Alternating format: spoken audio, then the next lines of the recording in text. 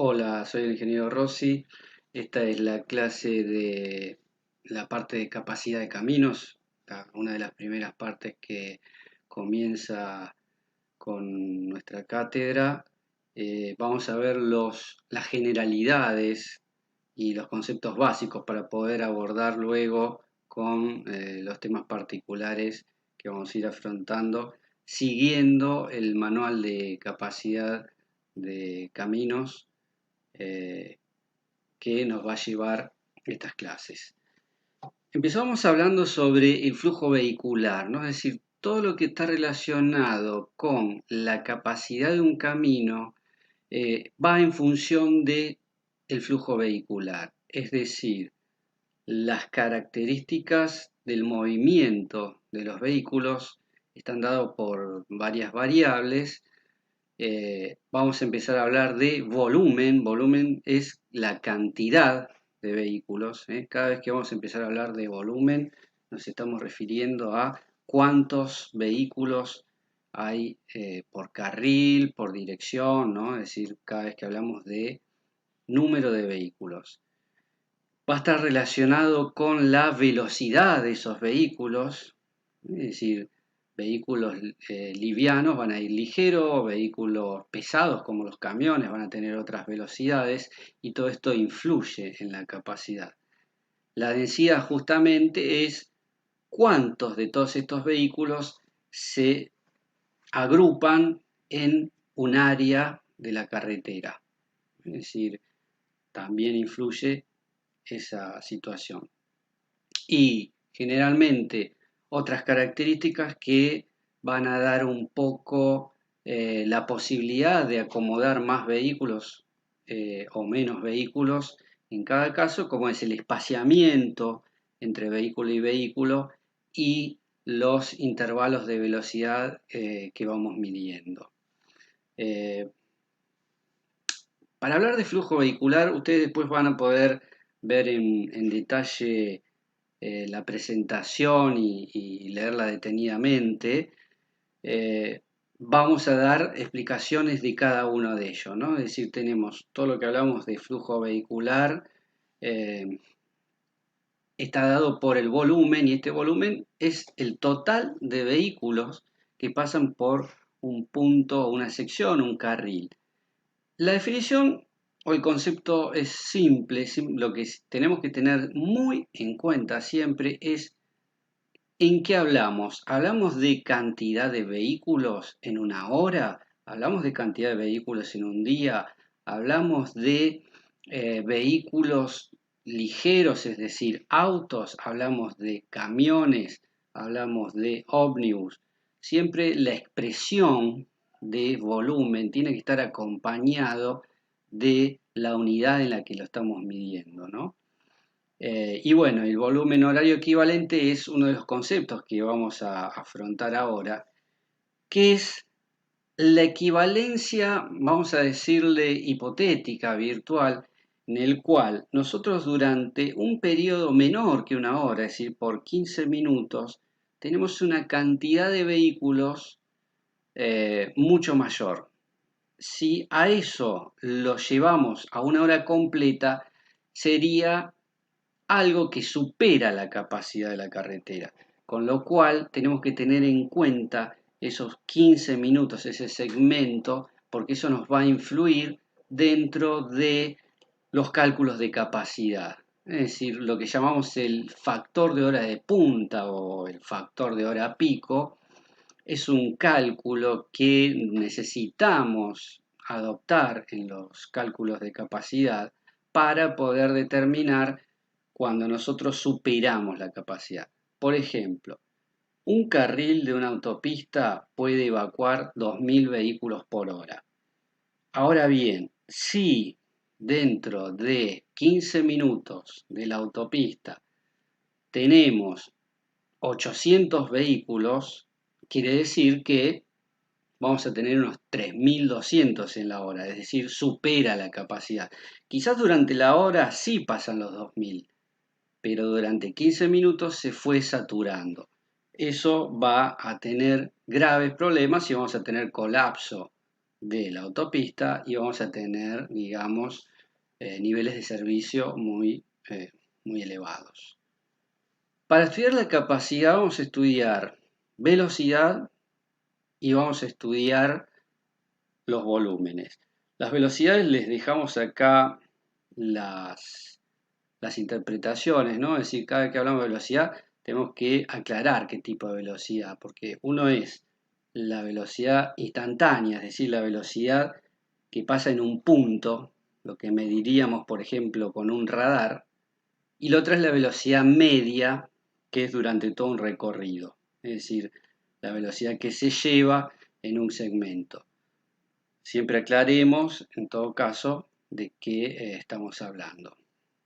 Hay un apunte que les estamos dejando donde se ponen las velocidades y cómo se calculan las velocidades, ¿no?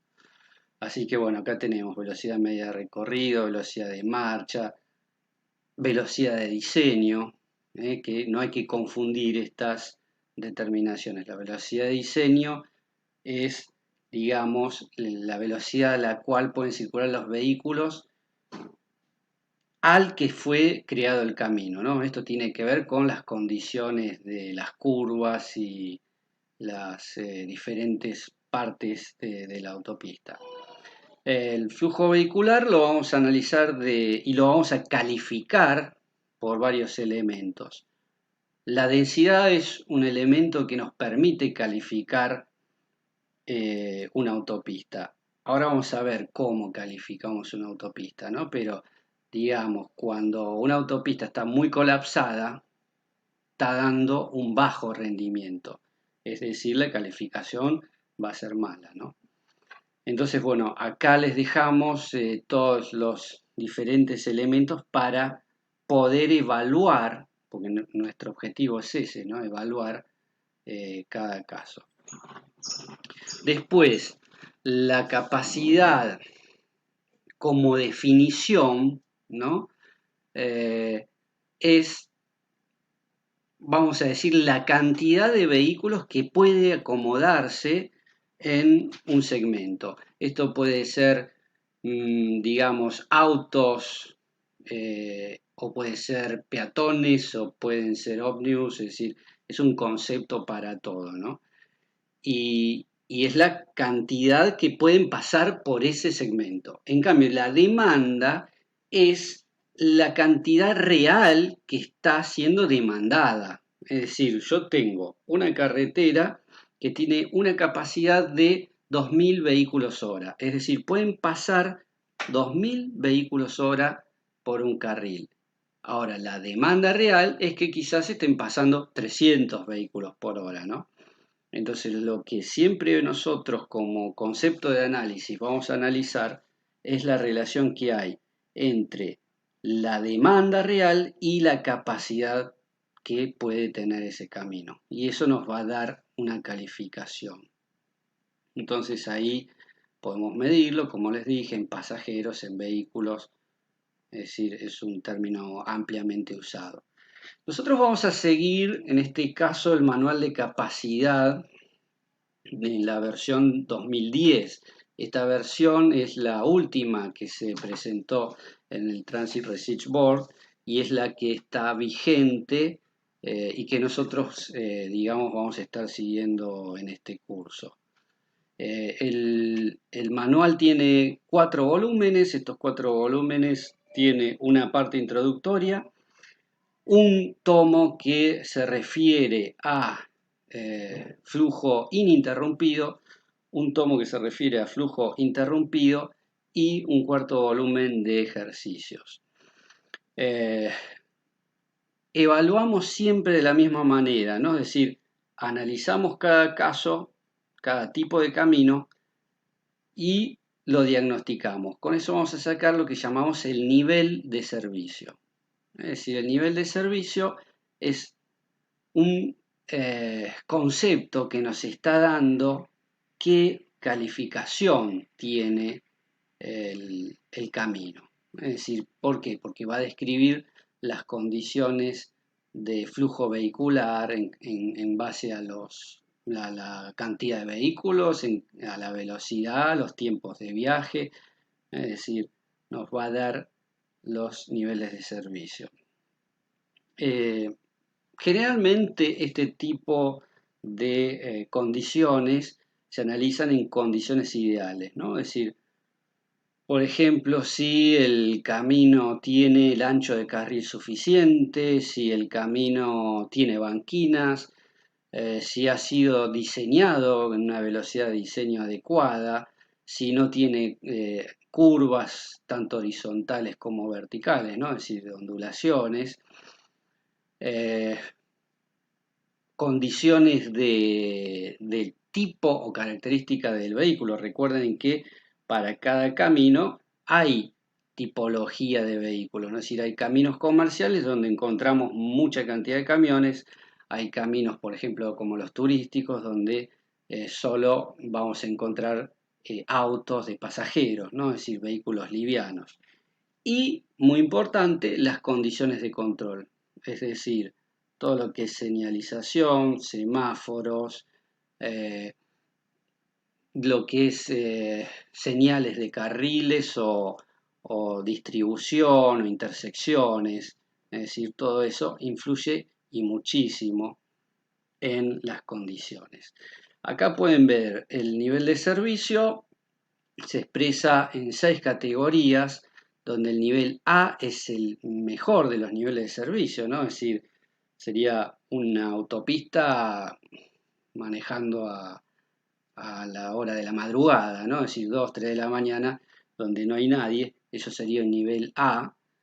Y el último nivel de servicio sería el E, porque el nivel F ya es una situación de congestión absoluta, es decir, está colapsado y ya en este caso se aclara en el manual que todos los cálculos y, digamos algoritmos que presenta el manual para poder calcular cada uno de los elementos no puede utilizarse en casos de nivel de servicio F, ¿no? Es decir, en colapso.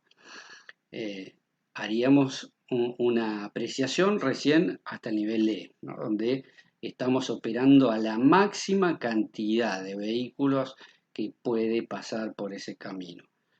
Hay algunas gráficas que muestran, esto es una gráfica que muestra el manual en la versión anterior, antes del año 2000, donde pueden ver acá el nivel de servicio A, el nivel de servicio B, y fíjense que el nivel de servicio F es una autopista que está bastante colapsada. Eh, Son fotografías hechas en el manual que ha sido hecho, digamos, en Norteamérica y que tiene fotos de allí. Acá ver un poco algunas fotos más reales de lo que sería el nivel de servicio, ¿no? Es decir, el nivel de servicio F estaríamos hablando de una autopista colapsada. Bueno, entonces, hablamos del tema de capacidad, ¿no? Es decir, el manual aborda el estudio de la capacidad con fórmulas, con tablas, y siempre vamos a trabajar de la misma manera. Vamos a recolectar los datos de campo para poder ver qué es lo que necesitamos y de ahí lo vamos a poner todo a condiciones básicas o condiciones ideales y vamos a ir ajustando con lo que encontramos en el campo.